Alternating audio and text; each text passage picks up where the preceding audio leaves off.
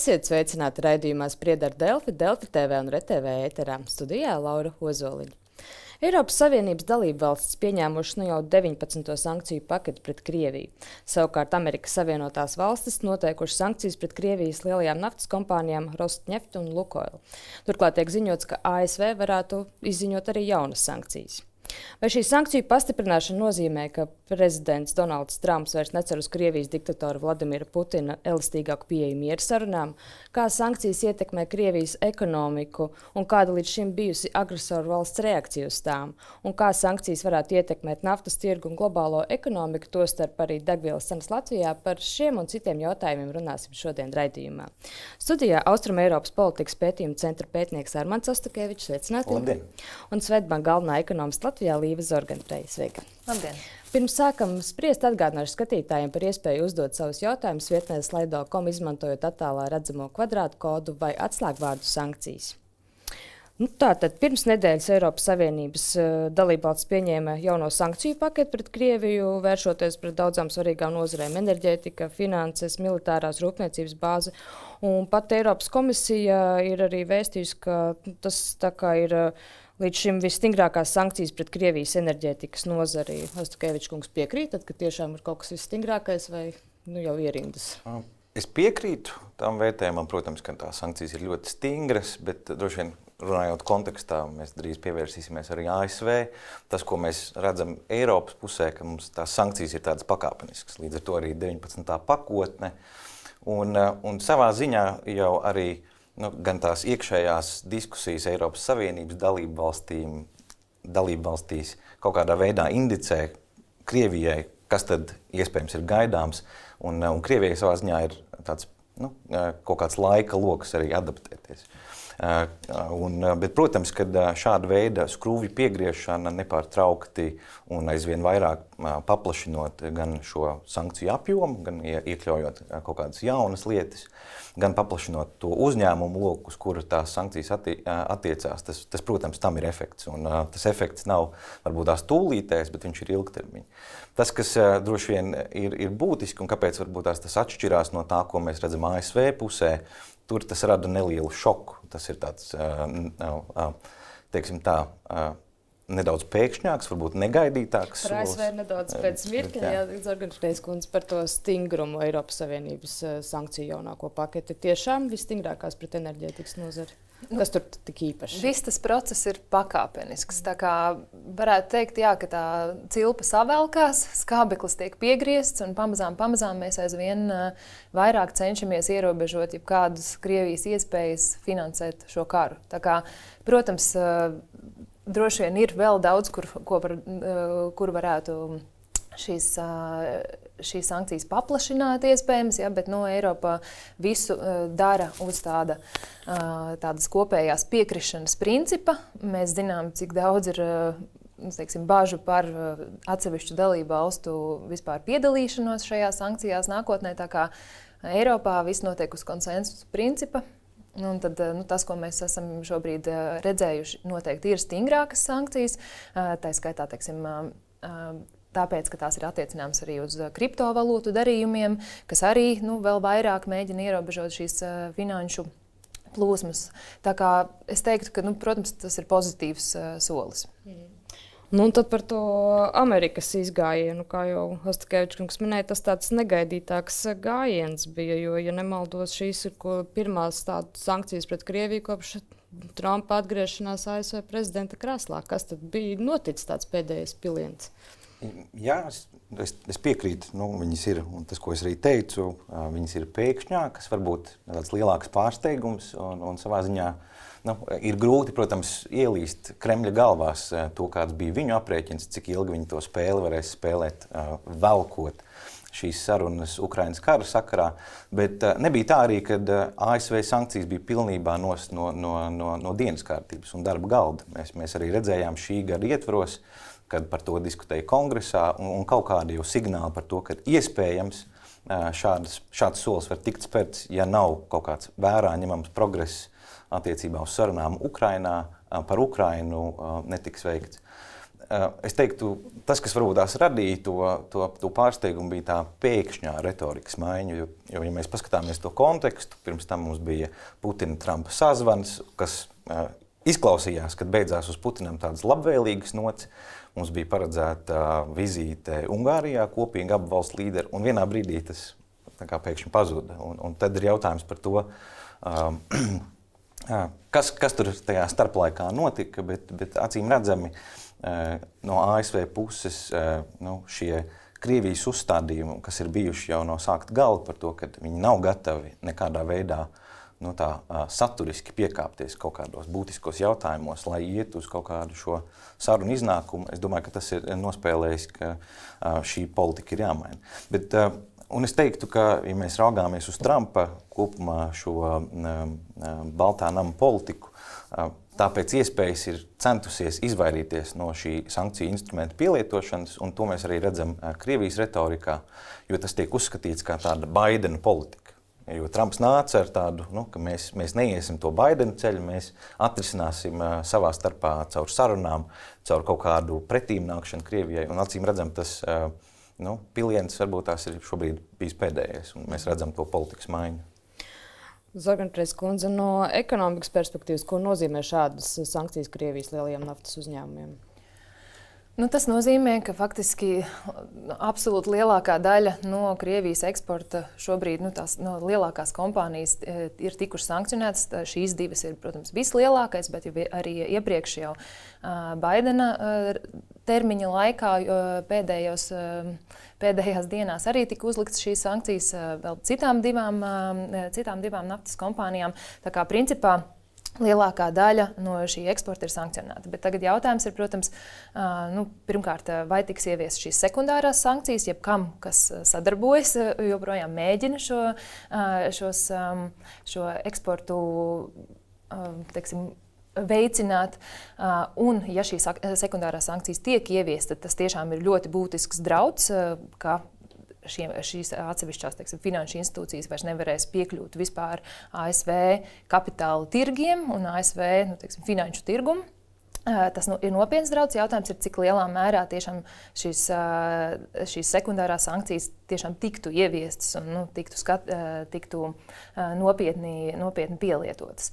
Un tas, ko mēs arī saprotam, ir, ka, protams, joprojām visdrīzāk eksports turpināsies. Šobrīd, tie galvenie importētāji Krievijas naftai ir Ķīna un Indija. Tās pirmās ziņas ir par to, ka atsevišķi uzņēmumi ir piebremzējuši šos savus darījumus pašlaik, lai saprastu, kā tieši šīs jaunās sankcijas viņus ietekmēs un visdrīzāk arī, kā viņi visdrīzāk varētu arī viņus apiet. Jo tas, kas notika gada sākumā ar šīm pirmajām divām sankcionētajām Krievijas naftas uzņēmumiem, tur kaut kādu brīdi eksports apstājās, un pēc tam atkal atrada ceļu, kā tomēr turpināties. Līdz ar to ir diezgan liels risks, protams, ka tā situācija arī šoreiz varētu būt līdzīga. Viss ir atkarīgs no tā, cik lielā mērā Indija un Ķīna pakļausies šīm sankcijām. Jo skatoties uz kopējo eksportu, Indija un Ķīna ir pircējs vairāk 80% no Krievijas kopējā naftas produktu eksporta un naftas eksporta. Un tur, Ķīnas pusē, tas jautājums ir, tur ir gan šīs kravas, kas iet pa jūru, gan arī cauruļvadu kravas. Un reāli tā sankciju ietekme varētu būt visdrīzāk tikai uz tām jūras kravām, jo par to cauruļvadu tur ne tādas lielas kontrolas diez vai būs. Jo tas eksports visdrīzāk turpināsies. Jūras ceļš, tur jāskatās, cik lielā mērā tad tiešām šie ierobežojumi var būt.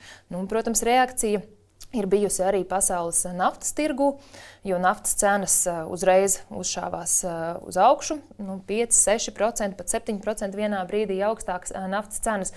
Un tur arī tas ir, divējādas problēmas. Tur ir no vienas puses, protams, tā ir problēma visai pārējai pasaulē, kam šīs enerģijas cenas ir svarīgas un augstāka naftas cena veicina inflācijas kāpumu Amerikā, arī Eiropā. Bet no otras puses šī augstākā naftas cena savukārt nozīmē, ka tā nafta, ko Krievijai izdosies joprojām eksportēt, tā vienkārši būs dārgāka, un šie naftas ieņēmumi kaut gan no vienas puses tos ierobežos šīs sankcijas, no otras puses augstāka naftas cena var kaut kādā mērā arī atsvērt šo sankciju, teiksim, negatīvo ietekmi uz Krievijas budžetu. Cenu griezt Krievijas naftā neko neietekmē? Protams, ietekmē. Un arī tagad, kad šie cenu griezti ir uzlikti proporcionāli, Eiropa ir uzlikusi proporcionāli tomēr esošajai naftas cenai, nevis vienkārši $60 par barelu. Tas arī, protams, teiksim tā, pasliktina Krievijas situāciju. Jo iepriekš mēs redzējām, ka arvien liela naftas cenai pasaulē krītot un esot arvien tuvāk šim $60 par barelu robežai, arvien vairāk šīs naftas plūsmas pārgāja no šīs ēnu flotes atpakaļ uz parasto floti, tā teikt. Ja 24. gada beigās gan arī 70% no visa Krievijas naftas eksporta tika veikta caur šo ēnu flotes palīdzību, tad 25. gada laikā jau samazinājās šis īpatsvars tieši tādēļ, ka tā cena jau bija tāda, ka jau visā pasaulē bija daudz zemāka. Un šobrīd, protams, šīs cenas atkal limita pazemināšana nozīmē, ka atkal visdrīzāk vairāk ir jāpaļaujas uz ēnu floti. Un tur atkal tā ir, teiksim, mums vai pasaulē laba ziņa, ka arvien vairāk šo ēnu flotes kuģu arī tiek pakļauti sankcijām, kas nozīmē, ka arī tā ēnu flotes darbība tiek mēģināti ierobežot. Jā, jautājums, kādus kuģus tur mēģinās vēl iekļaut tajā flotē. Turpinot tieši par Ķīnu un Indiju, Ostakevičs kungs, kāds jūs tās domas ir par to, vai piekāpsies savā jaunajā politikā, it kā ierobežot valsts uzņēmumiem pirkt Krievijas naftu, vai tomēr noturēsies pie jaunajiem paziņojumiem? Tā ir tāda. Manas puses droši vien būs ļoti drosmīgas prognozes, ko veikt, bet es teiktu, to, ko mēs redzēsim, visticamāk, tas būs kaut kādā pusgada laikā. Mēs redzēsim, kā tas tirgus būs adaptējies, kā tie spēlētāji būs nopozicionējušies. Es teiktu, tas, kas ir pozitīvi no mūsu puses raugoties attiecībā uz Ķīnu un Indiju, ka Indijas tādā veidā pārorientācija jau sākās pirms tika šīs sankcijas pasludināts. Proti, Indija jau bija pirmie iepirkumi naftas iepirkumi no valstīm Dienvidamerikā. Šis spiediens arī no ASV puses ne tikai tā publiski, bet arī acīm redzam caur diplomātiskiem kanāliem par to, ka ir jāsamazina vai jāpārtrauc šī naftas iepirkumi no Krievijas. Tas kaut kādā veidā ir nostrādājis, un arī tas lēmums vismaz šobrīd iepauzēt. Bet es teiktu, tas ir pagaidām.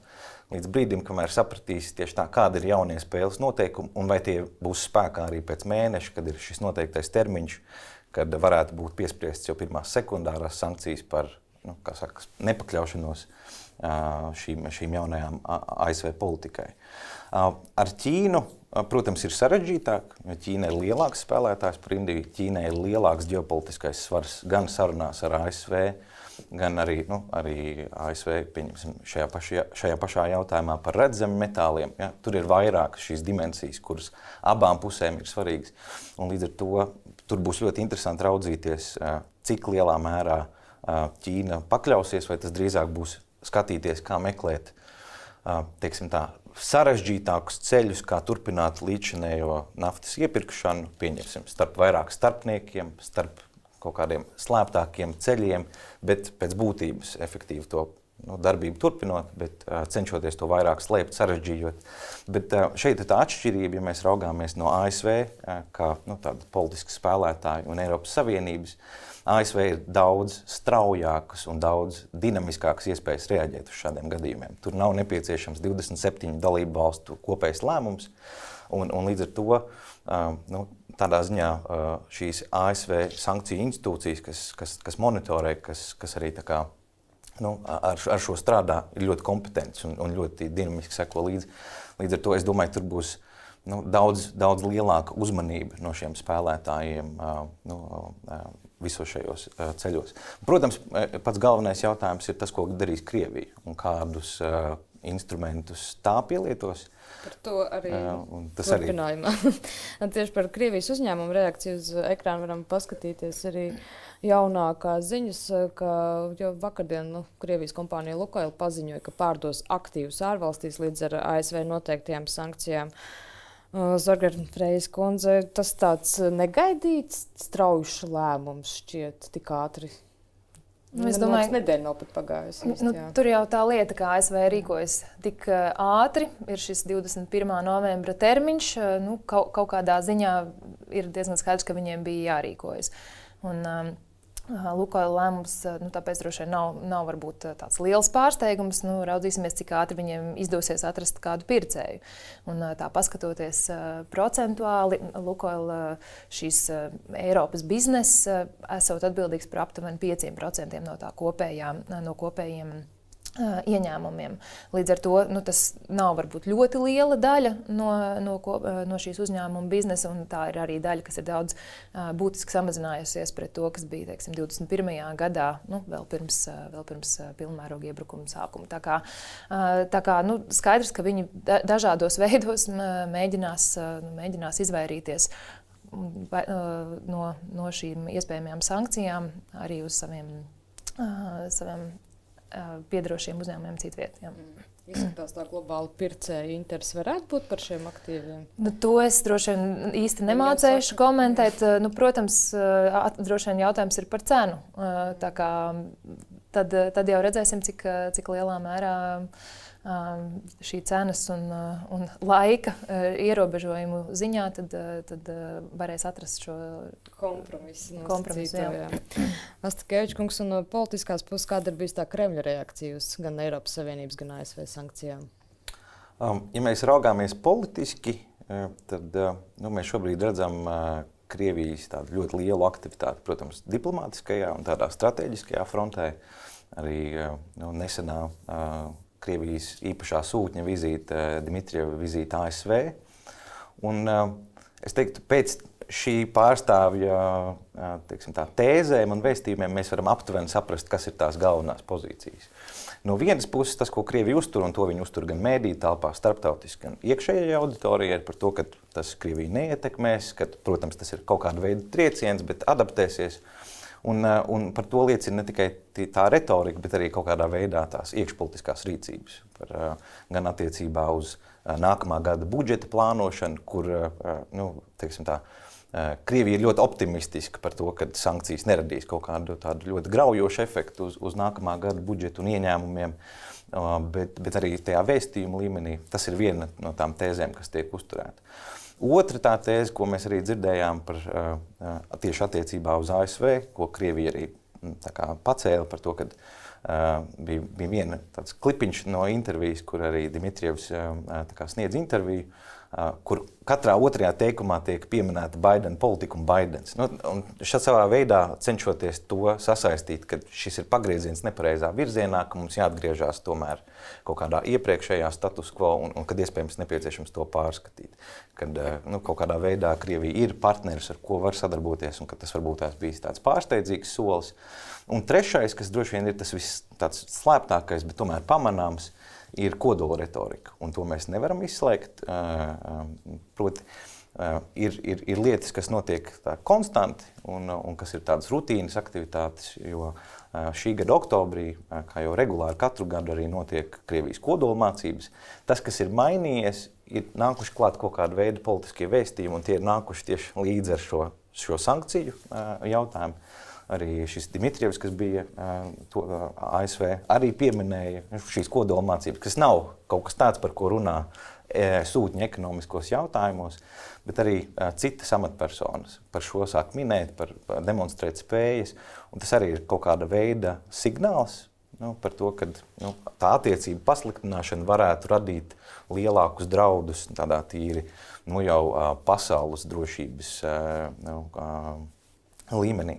Bet es droši vien to vērtētu vismazāk, jo jāatcerās, ka šī nav pirmā reize, kad Krievija žvadzina kodolieročus, Un tas, kas arī iepriekš to ir nobremzējis, ir tie partneri, ar ko Krievijai ir jāsadarbojas. Arī viņi negrib, lai pasaule tiek noslaucīta ar kodolieročiem, un šādi partneri kā Ķīna un Indija, viņi arī ļoti uzmanīgi raugās uz šādiem kodola vēstījumiem. Un es domāju, ka viņi būs tādā salīdzinoši zemā līmenī, lai ASV kaut kāda amatpersonu un institūciju līmenī to saprast, bet ne pārāk agresīvi, lai nepazaudētu tos partnerus, kas Krievijai ir. Un tīpaši šobrīd, kad te ir jāmeklē jauni ceļi, ko ar to naftu darīt un kā viņi tomēr pārdot.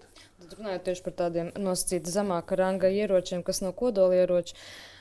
Drona uzbrukums Kijevai 27. oktobrī, Lietuvas gaisa telpas pārkāpšana un Baltkrievijas gaisa balona arī Lietuvas lidostās.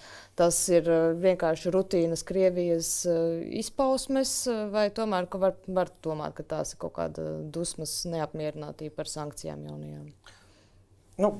Šie notikumi jau bija pat pirms sankcijām. Tie ir drīzāk, es teiktu, mērķēti uz šo atbalstu sniegšanu Ukrainai un par to diskusijas turpināšanu. Bet, protams, ka mēs nevaram noliegt, ka tā temperatūra kopumā ir cēlusies. Tas agresijas līmenis ir cēlies, varbūt tās iepriekš viņš bija tāds drīzāk filigrāns un slēpts, kad mums ir kaut kādi pāris cilvēki caur Telegram kanāliem, kas kaut ko aizdedzina vai kaut ko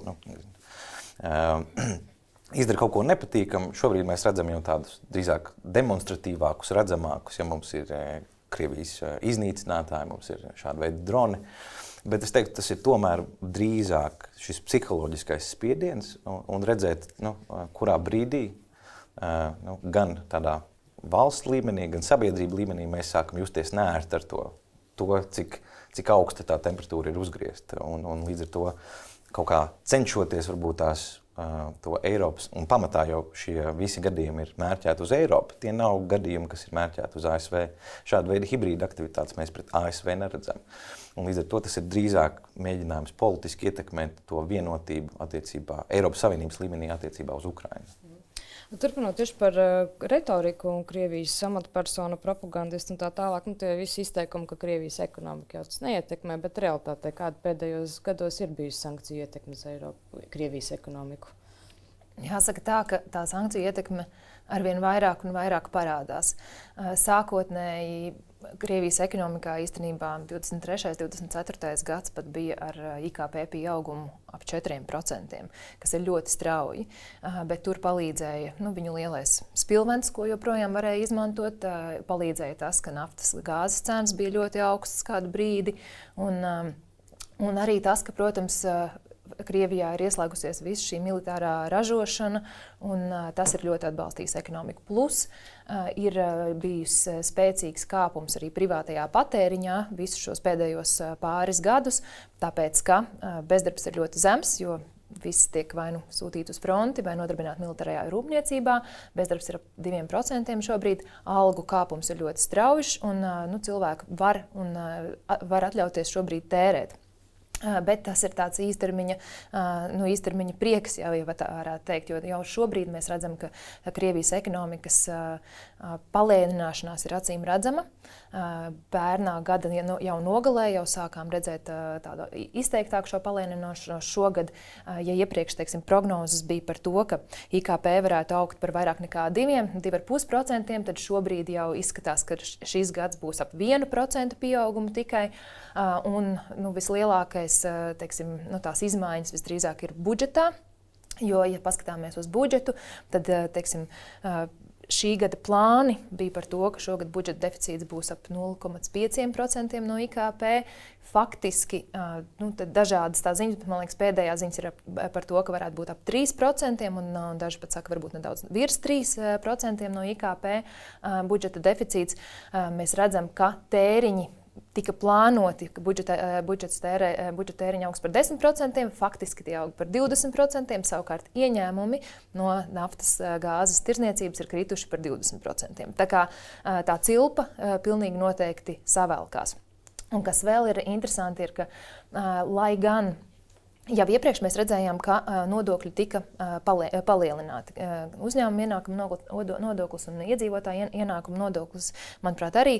Un Putins teica, ka tagad vairs līdz 2030. gadam nodokļi netiks mainīti.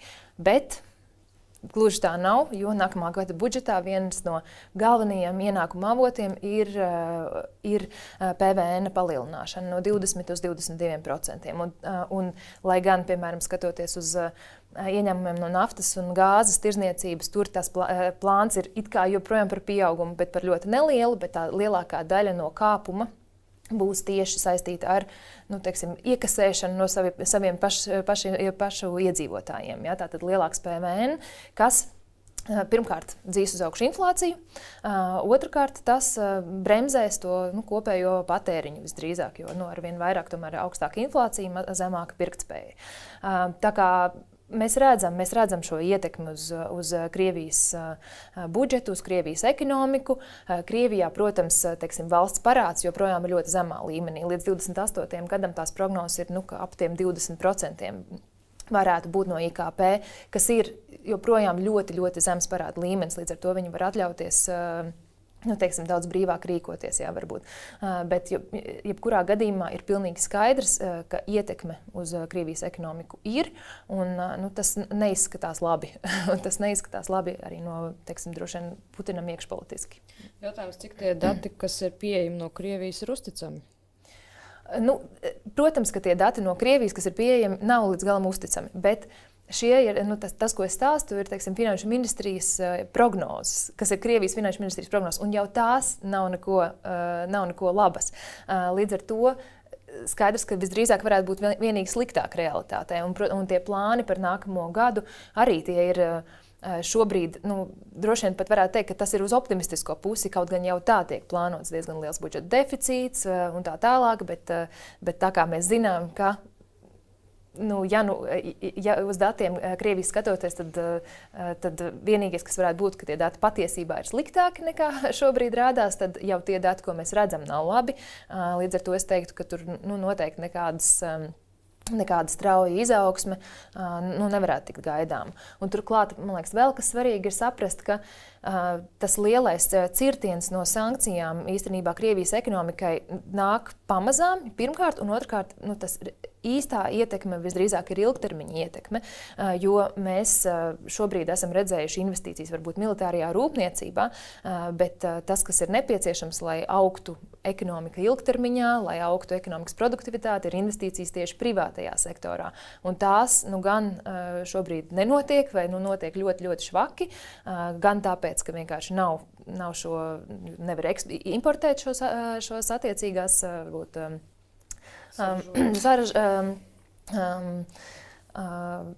mašīnas un iekārtas un tā tālāk un veikt šīs investīcijas, lai uzlabotu produktivitāti. Un otrs ir arī tas, ka centrālās bankas noteiktās procentu likmes ir ļoti augstas un līdz ar to arī aizņemšanās izmaksas visiem, kas ir tajā privātajā sektorā, nosacītajā privātajā sektorā Krievijas pusē, tās arī ir ļoti augstas. Līdz ar to tādas privātās investīcijas, kas patiešām varētu veicināt varbūt nākotnes izaugsmi, tās arī ir ļoti ierobežotas. Tāpēc tas ir tāda ilgtermiņa spēle, kurā tas īstermiņa rezultāts varbūt bija pārsteigums daudziem un neizskatījās labi un šķita, ka sankcijas nestrādā, bet sankcijas vienkārši strādā tikai tādā ļoti, ļoti ilgāk termiņā.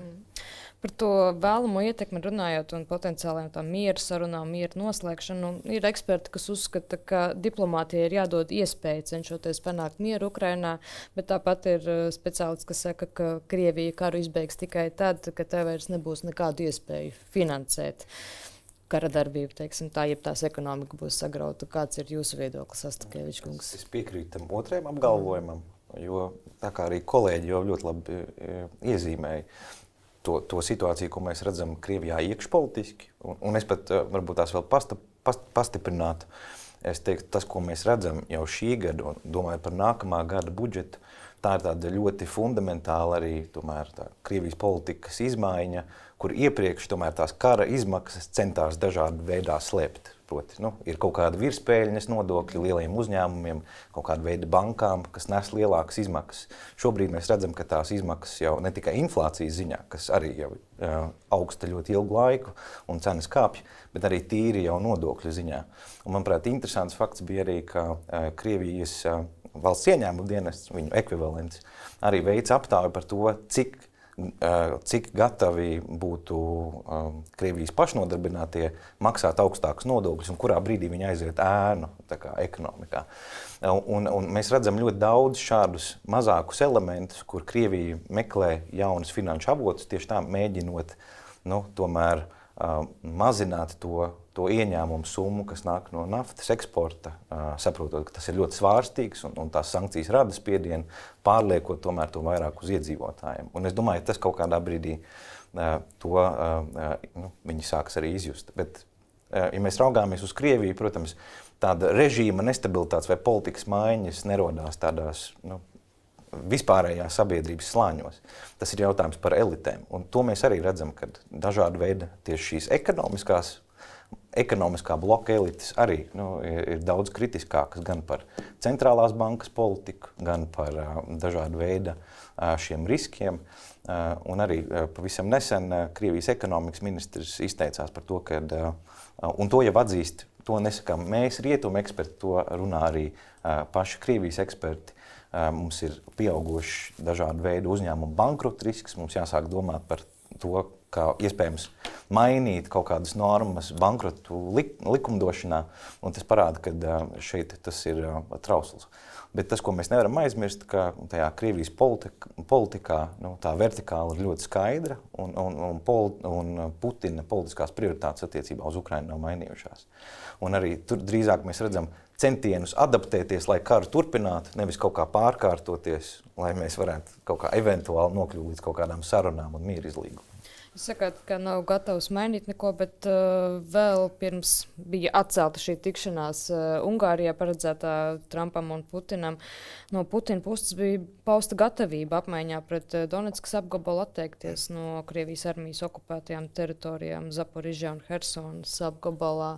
Un tad atkal bija ziņas, ka neko nemaina. Kas tur pa svārstībām un vietām tas ir blefs, vietām tās ir vienkārši nereālas ekspektācijas, ko mēs sagaidām no Ukrainas. Proti, Ukrainai atdot lielas un nocietinātas teritorijas, kuras Krievijai tomēr frontē neveicās tik viegli iegūt ar ieročiem un militāro spēku, vienkārši tā tīri politiski atdot. Un arī šeit tas stāsts par kaut kādu veidu apmaiņu, manuprāt, arī ir jautājums par to, cik tas ir pareizi un veiksmīgi citēts, jo arī tur ir šaubas starp dažādiem avotiem, kas ir bijuši klāt sarunās, kur Krievija nevienā brīdī nav minējusi, kad viņa kaut kādas teritorijas ir gatava atdot Ukrainai. Līdz ar to, manuprāt, uz šādiem vēstījumiem ir jāskatās ļoti uzmanīgi un kas ir tie, kas tos vēstījumus pauž.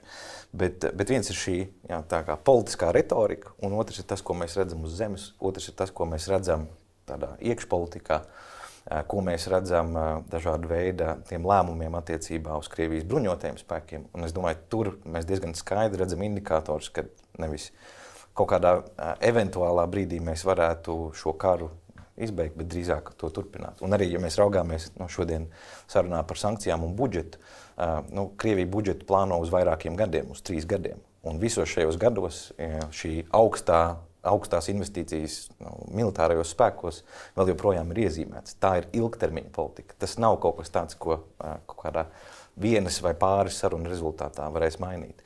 Jautājums ir, vai beidzās tāda tieša kara darbība, vai Krievija kaut kā ir attelpas brīdis un cenšas pārkārtoties, bet tās jau ir tādas spekulācijas par scenārijiem. Ja drīkst pieminēt, varbūt svarīgi arī saprast, ka par budžetu runājot, teiksim, 2011. gadā, krietni pirms visiem šiem saspīlējumi patiešām sākās, Krievijas budžets, 50% no tā bija šie ieņēmumi no naftas un gāzes. Un tagad, uz tiem nākamajiem 3 gadiem, tā prognoze ir, ka ieņēmumi no naftas un gāzes eksporta būs aptuveni 21% apmērā no budžeta. Ja? Tā kā ir skaidrs, ka pirmkārt šī daļa sarūk, to Krievija pati saprot un arī prognozē uz priekšu, un patiesībā jau šis budžets tika taisīts vēl pirms šīm jaunākajām sankcijām, tā kā ļoti iespējams, ka tā situācija būs vēl bēdīgāka tur, un tas nozīmē, ka viss pārējais viņiem ir jāfinansē no kaut kādas veida nodokļu ieņēmumiem, un tas nozīmēs, ka tas ir vēl lielāks sloks ekonomikai, kur jau šobrīd bremzējas, un visdrīzāk turpinās bremzēties, ņemot vērā, ka nekur citur viņi šos līdzekļus iegūt visdrīzāk nevarēs. Turpinot par to, kā palīdzēt, lai šī ekonomika bremzētos vēl tālāk, kur ir jācert, lai tā cilpa savilktos vairāk pa Krievijas ekonomiku?